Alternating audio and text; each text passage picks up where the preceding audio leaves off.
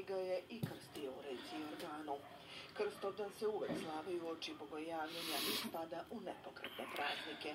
U kalendaru nije obeležen crvenim slovom, za razliku od Krstovdana koji se slavi 27. septembra kao uspomena na pronalaženje časnog krsta na kome je Gospod razapet. Ovog dana u hramovima se obavlja i čin vodoosvećenja. Prvi je postni dan posle Božića i to sa strogim postom. Ukoliko padne u subotu ili nedelju, razrešen je na ulje. Nadalje posti se svaka sreda i petak. Često se čuje izreka: ko se krstom krsti, taj Krstovdan posti.